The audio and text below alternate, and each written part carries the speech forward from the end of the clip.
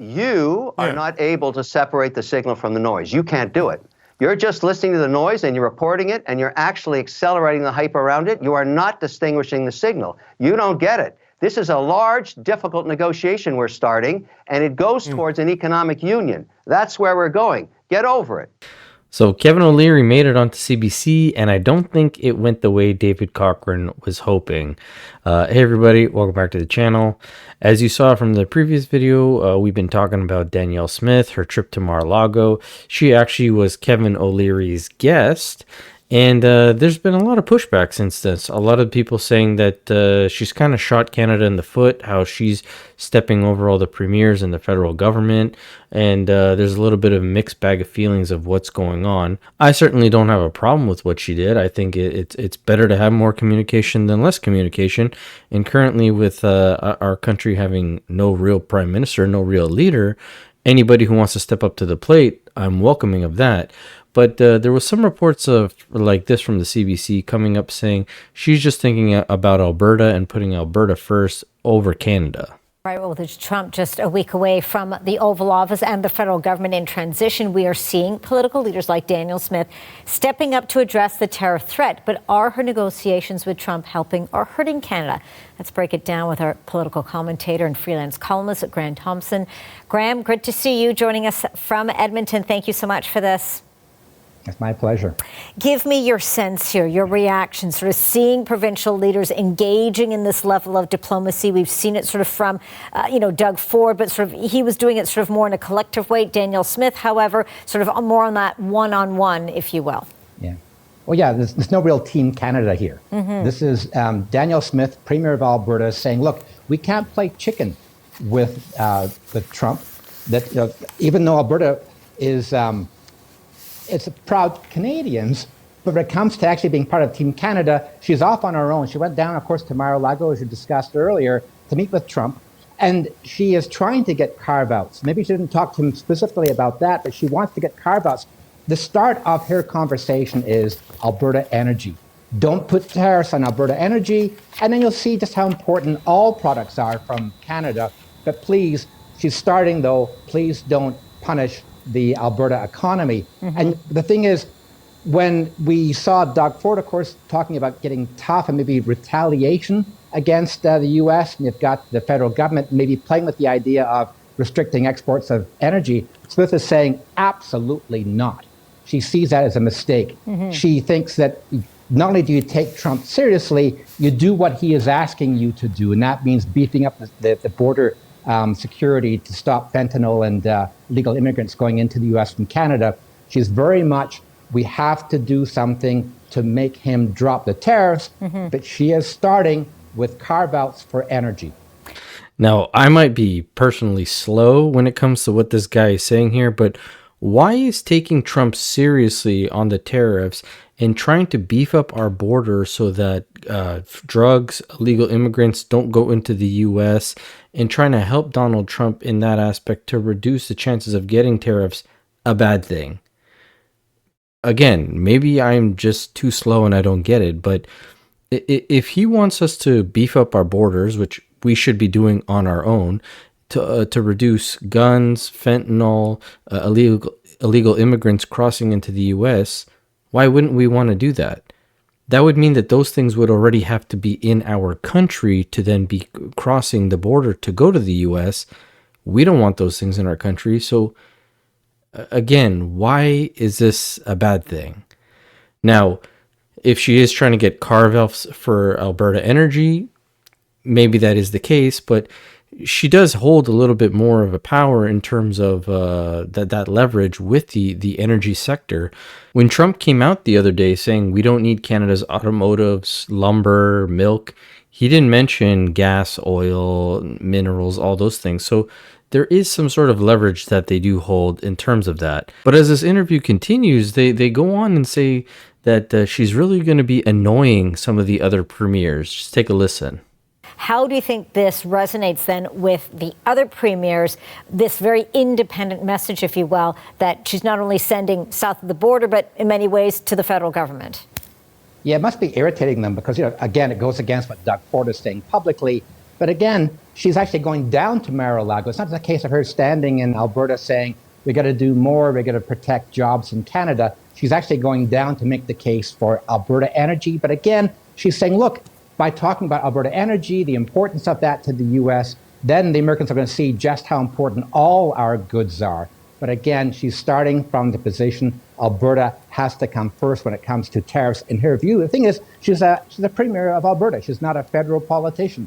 So this is going to be a real problem. It's been mentioned before about giving a united front to Trump when you have premiers saying different things and you have one actually going down to Mar-a-Lago to basically appeal to him with facts and figures. The problem is Trump is not really interested in these facts and figures.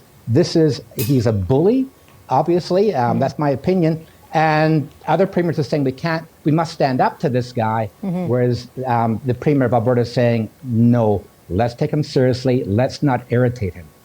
Now, as I mentioned earlier, I might be too slow for this, but why would that be bad advice? Let's not irritate the guy who's going to be putting tariffs on us. Why wouldn't we want to just take him seriously? And yes, she went down to Mar-a-Lago, but she's not the only one who's trying to do that. There's reports that for the past few weeks, Doug Ford has been trying to get a one-on-one. So Premier Ford says he'll be meeting with the premiers and Prime Minister on Wednesday to talk about the tariffs. He's been trying for several weeks to set up a face-to-face meeting with Donald Trump. There's no word from his office if that's going to happen. And currently, the premier of PEI, he's like on a 5-day road trip across the U.S. with his big bus, as the CBC reported. Well, Canada's premiers are preparing to push back on tariff threats. We spoke to Saskatchewan Premier Scott Moe last hour.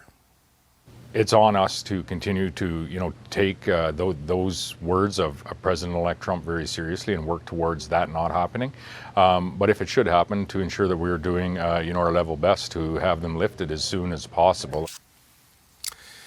Well, meanwhile, the Premier of Prince Edward Island, Dennis King, he's on a road trip through the United States with about 24 government officials and industry leaders. Team PEI is packed into a bus for a 5-day road trip with the aim to speak with industry leaders and officials to strengthen bilateral relationships. PEI Premier Dennis King joins us now from the road. He's currently stopped in New Hampshire. Premier, it's good to see you. I was expecting you on a bus, but you've got some flags and a better venue. Thanks for being here today, sir. I have great staff here, David, looking after me. It's great to be here with you. Tell us about this road trip. How did you come up with this idea? And is the bus like a campaign bus, like a giant billboard for trade? How are you using this thing? Yeah, we certainly have the bus decorated up with, Prince Edward Island products that we have exported to the United States for decades and centuries. Really just trying to, brand Prince Edward Island as part of Team Canada and just kind of really being on a bit of a charm offensive down here, I guess, to explain it in simple terms, and just remind all of our stakeholders of the importance of this trade relationship, not just for Prince Edward Island and for Canada, but for the consumers in the United States. It's been a long-standing relationship that they need to continue, we need to continue, and I hope can continue uninterrupted. Now, correct me if I'm wrong, but does that not sound the exact same thing as what Danielle Smith was just doing? He even admits that he's doing this as a sort of charm offense, like kill him with kindness sort of thing. Go in there, show him how important you are, show him how important PEI is and their products, just like Danielle Smith went there to show how important Alberta is and their products. All these premiers are working for their provinces and Canada as a whole. Hopefully when they all come together on Wednesday, we can see a little bit more progress, but I don't think anyone should be being targeted right now for, again, extending their hand to go meet with Trump, or at least try to show the American people we don't want the tariffs, we shouldn't be getting the tariffs, and maybe this will resonate with them. He even says that he talked to a bunch of people there, and everybody there basically said they're not down for the tariffs. Right, so you're in New Hampshire, you had to stop in Maine, you're on your way to Boston, and there is this regional tie. The Atlantic premiers and the New England governors meet with some frequency, so they know you and they know the ties. I would suspect the people there know the importance of this relationship. They get it. Do you think Donald Trump is getting it, and people in his orbit, with these cross-border moves that you and your colleagues are making? Well, I think, David, that's the $64,000 question. I think that we have not met anyone. I've talked to hundreds of people here in the last day and a half on this tour. I've not met one business person or consumer. We were at Tim Hortons outside of Bangor today. Nobody wants tariffs. Nobody wants to pay more for these products. Nobody wants to see this happen. But at the same time, we're trying to, on a bit of a diplomatic mission here to reach as many people as we can, to try to press the flesh, to talk to people from all sides of the aisle politically, to see if we can penetrate the inner sanctity of the incoming premier or president's circle, to let them know, just from a straight business perspective, that this is bad business, not just for Prince Edward Island and Canada. This is bad business for the United States. It's bad business for the consumers of the United States. What I've been hearing down here, the November election was fought on the cost of living. People were paying too much for the needs, for the goods and services that they need, and adding 25% to their products and goods and services from their most important economic partner is only going to end up costing them more down here. And I think everybody would like to avoid that. Now, I personally liked everything that Dennis said there. It all makes sense. Obviously, people don't want to be tariffed if they don't need to be tariffed. However, I don't see the difference in what Dennis is doing, what Doug Ford wants to do, and what Danielle Smith has already done. Yet all the media outlets seem to be pointing the finger at her and are just on her case about it. But one person that does have her back was Kevin O'Leary. And as I stated at the beginning of the video, she actually was Kevin's guest to Mar-a-Lago. And when he was on the CBC with David Cochrane, there was a lot of back and forth, a lot of pushback, and it got pretty heated, so take a look. Alberta Premier Danielle Smith is warning that Canada needs to be prepared for U.S. tariffs because they are coming. This was one of her takeaways from speaking to U.S. President-elect Donald Trump at his residence over the weekend. Smith is the first premier to secure FaceTime with Trump at Mar-a-Lago since his tariff threat. We had a friendly conversation and I thought quite constructive, during which I emphasized the mutual importance of the U.S.-Canada relationship, and specifically how hundreds of thousands of jobs are supported in the United States. I was able to have similar discussions with members of his incoming administration, and I was encouraged to hear that they also understand how important Canada is. Premier Smith was there as a guest of Canadian businessman Kevin O'Leary, who recently expressed support for the idea of an economic union between Canada and the United States. With the countdown to Trump's inauguration exactly 1 week away, how serious are Trump's threats? Kevin O'Leary is the chairman of O'Leary Ventures, and he joins me now. Kevin O'Leary, welcome to Power and Politics. Good to see you, sir. Thank you very much. I wonder if you can give us some insight into Donald Trump's endgame here with his tariff threat. Do you think he wants tariffs for tariff's sake, or is this a threat to seek concessions in other areas?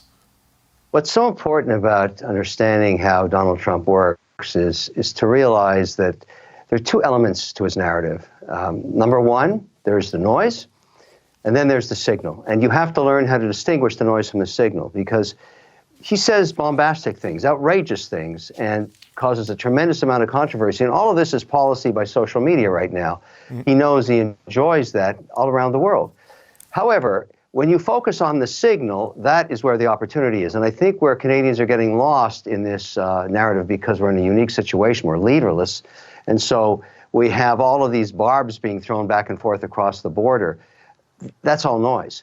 The opportunity is in the signal, and the signal is where we should be focused, because Danielle Smith nailed it when she said, in the tonality of her narrative with Trump was very constructive, because she, you think about the opportunity all of these leaders have had in the last 2 months. And what people don't realize is this is an opportunity to go off the record with Trump and form a personal relationship with his cabinet. She didn't squander that opportunity. Many others did. So now she's the only politician in Canada that has not only a personal relationship with Trump, but with many of the cabinet that she's going to have to deal with in NAFTA 3. But Mr. O'Leary, help me then with the noise. What is the signal here? Because, you've seen Lighthizer, his former trade ambassador, who said that they believe tariffs as a way of generating money and bringing manufacturing inside the U.S. borders. is a viable policy in and of itself, but you well know how disruptive these tariffs would be to the North American economy should they be imposed. So is he really just trying to get concessions on the border, or is it something bigger? I mean, how do you view it? You talked to him certainly a lot more than I have. Now, at this point going forward, you're going to start to see Kevin get a little bit more irritated every time David brings up the whole tariff situation.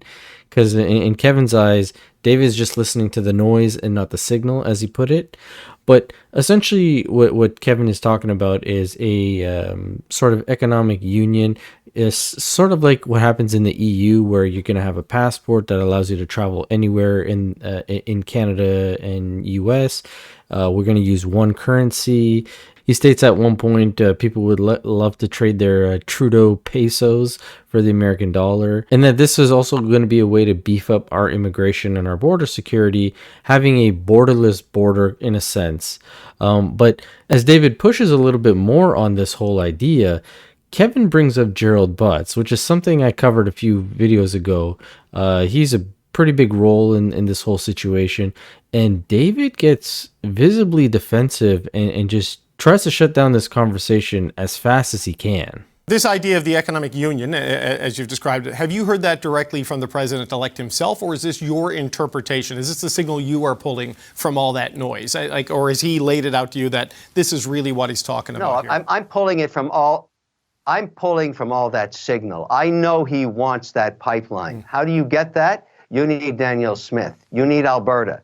You need to build that in cooperation with Canada. That gives total independence and security to the U.S. economy, and it brings in another $300 to $400 billion into Canada. Who doesn't want to do that? The only guy I know that doesn't want that is Gerald Butts, and I think we've had enough of him. Well, I mean, like, Gerald Butts has been out of government for a long time, so I mean, he's. Oh, wait a second. Wait, that's not true. Well, it is. No, I mean, no, he works with the Embraer now. Let me correct you. When there was a majority mandate by Trudeau, and he had it in the first mandate, Butts put all the policy in place. Sure. Danielle Smith had to litigate that policy in October 2023 to get me to bring back $70 billion into Canada. Okay. Gerald Butts is the antichrist of Canada. Oh, okay. Well, look, you know, Mr. Butts is a private citizen now. He's not in public life. He does not control the government. He hasn't been since. So anyway, but I want to move on. Wait a second. Isn't he backing the Liberal leadership right now? Didn't I hear Carney is going to bring him in behind him? Well, that's an unholy union. Okay. All right. Well, look, I wonder if to pick up on something Danielle Smith said today, because you are a fan of the Alberta Premier. She came away from this meeting with President Trump. I'm not sure exactly how long it lasted, but she feels a tariff hit of some sort is inevitable next week. Is that your view of it from having spoken to the president-elect? Now, I got to say, I'm surprised that they didn't cut Kevin off or something like that or shorten his segment, because he just kept laying into him. He kept going back on the Gerald Butts situation, which I applaud him for. Good to bring that up. This has kind of been his warpath that he's been on for the past few TV presences and stuff like that. But as the interview comes to a close, David continues to ask the question about the tariffs, if they're going to happen. This is where Kevin visibly gets pretty irritated, saying, nobody can tell, nobody knows. You are so stuck in your little echo bubble. You're only listening to the noise. You're not listening to the signal. Just take a look. I don't think anybody knows what's going to happen next week. If you were to say to me, this is number one on Trump's agenda to tariff Canada, I would say that's not the case. These moves are going to come through after he's president. Everything we've seen so far is on a personal basis at his home. And she was wise enough to spend not 1 day, 2 days. That woman knows how to work a room. I can report that to you. She's very smart at that. And my goodness, she scored a lot of points with a lot of different people in the cabinet. Right, but the situation still is, Mr. O'Leary. You're a Canadian citizen, and this is economic Armageddon if these tariffs come in, as you well know. Unemployment is going to go through the roof. Economic growth is going to go down. Provincial governments. I appreciate you saying that, but neither of us know. We just don't know. You've got to wait. My point is, wouldn't you rather have your adversary's cell phone number on speed dial? I would. No, look, only one. The only one in Canada that was smart enough to go and meet him.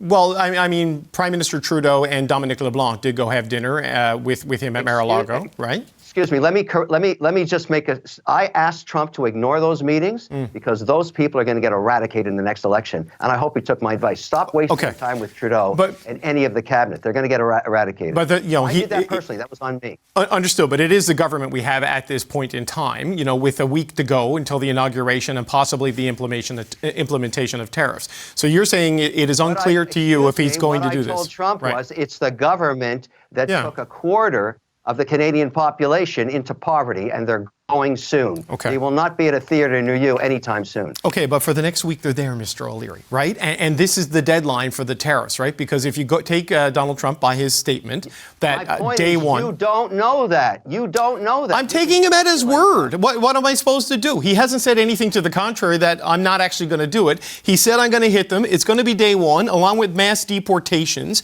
You have been there talking to him. Are you saying we shouldn't expect that? Because the Canadian economy and the political class is bracing for it. You are not able to separate the signal from the noise. You can't do it. You're just listening to the noise and you're reporting it and you're actually accelerating the hype around it. You are not distinguishing the signal. You don't get it. This is a large, difficult negotiation we're starting, and it goes towards an economic union. That's where we're going. Get over it. Okay, but if it is an economic union, why doesn't the president-elect say that rather than talk about tariffs, fentanyl, and migrants crossing the border? Like, politicians, when they lay out very clear things... You have been listening to Trump for 12 years. You asked me that question? That's not his style. That's not how he operates. You know that. Well, we'll see. I mean, we're a week away. So you, just as a final question, you are not at all certain whether we see tariffs next week. You wonder... No, I'm not. That a week away is not a destination. It's the beginning of a journey. Get ready. We've been getting ready. We've been bracing for this. Kevin O'Leary, appreciate the time. That's Kevin O'Leary, the chairman of O'Leary Ventures. Thank you, sir. Take care. Now, in all fairness, I understand what David was trying to do. He was trying to get a concrete answer from Kevin, saying that Trump will not put tariffs, or he's indicated that he won't do the tariffs. He's just mentioned the tariffs as a scare tactic. I get that that's what David tried to do, but it was just hilarious to see Kevin really rip into him, being like, dude, you are just so stuck on this. Move on, get over it. It's a much bigger issue than what you think it is. But yeah, I guess we're just going to have to wait and find out. We're going to have to wait and see till next week when Trump actually becomes the president instead of just president-elect. But as always, I'd love to hear from you guys. Let me know in the comment section below what you thought about all this. And as always, I will catch you guys on the next one. Thanks so much.